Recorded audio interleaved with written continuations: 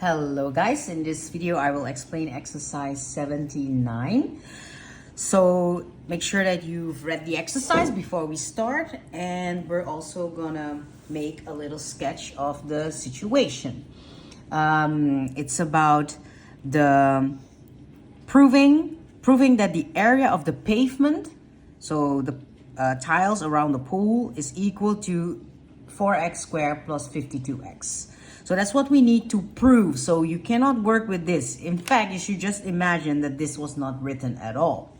So let's do that. So I hope it's visible, but you have your book as well. You can see the measurements here. So we're going to make a sketch of the situation.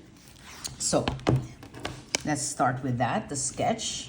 Let me zoom out a bit. I'm using, by the way, old papers for the sake of recycling. So that's why you always see me writing on this. So over here we have the pool and we have the measurements, 8 meters, and over here it's 12 meters. Am I seeing it correctly? No, it's 18. I'm not seeing it. And then we have the tiles here around, which all of course have an equal measurement. So if this is X, this is X, this is X, and this is also X. We don't know the measurement of the tile, so we just give it a width X.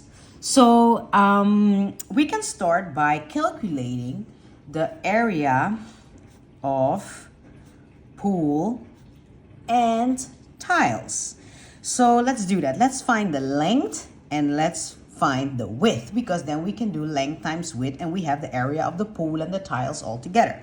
So the length or the width, the length of the of everything is 18 plus the X plus the X, because it's 18 plus, you can say plus 2X. So you can immediately say we have 18 plus 2X. Now, some of you are saying it's 2 times 18 or making crazy numbers, but remember, you're just adding. You're just adding. This doesn't become 20x or anything crazy like that. You're just adding those 2x's to the 18. And since they are not like terms, you get 18 plus 2x. Now the width, therefore, you can figure it out yourself, is 8 plus also 2x. Then we can multiply length times width. So we expand the brackets actually. We get 18 times 8. 18 times 8 is 144. 18 times 2x makes 36x. Then we have plus 16x, and then the last but plus 4x squared. We can put the like terms together and change the order a bit. So we get 4x squared plus 36 plus 16, 52x, and then plus 144. Now, that's everything. We need only the tiles. So what can we do? We can say area of the pool, that is 8 times 18, and that is 144. And therefore we can say, so what is the area of only the tiles? So only area tiles.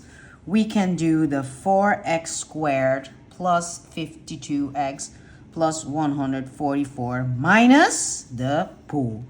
And then we get exactly what we needed to prove in question A. Now we go to question B. Let's work on question, this was A, let's work on question B over here. They're asking the area of the pavement is 5/6 of the area of the pool. So 5/6 of area pool of 144. This is something that you can calculate. It's 5/6 times 144. You can insert it on a calculator. I can show you. You can write a fraction like this and then times 144. And then we get a beautiful integer, 120. And this is equal to the area of the tiles. So we can make an equation now. So that's why they told us in question A, prove this. Because if you cannot figure out question A, you can always work on question B. Once again here, you use one of the methods of solving by bringing 120 to the left hand. Then you see a B, C. So you can divide everything by 4. I think we should get beautiful integers, which is fine to work with. 120 divided by 4 is then minus 30. 0 divided by 4 stays 0.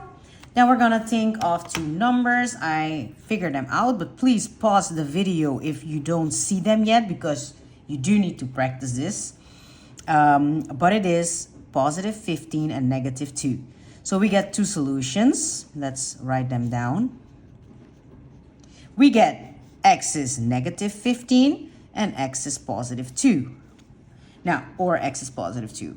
Obviously, in this question, it has to be 2 meters because we cannot work with a negative measurement. This was already, by the way, question C. My bad. So question B was, to what equation lead this over here? And question C is, solve this equation. So we answered the whole exercise.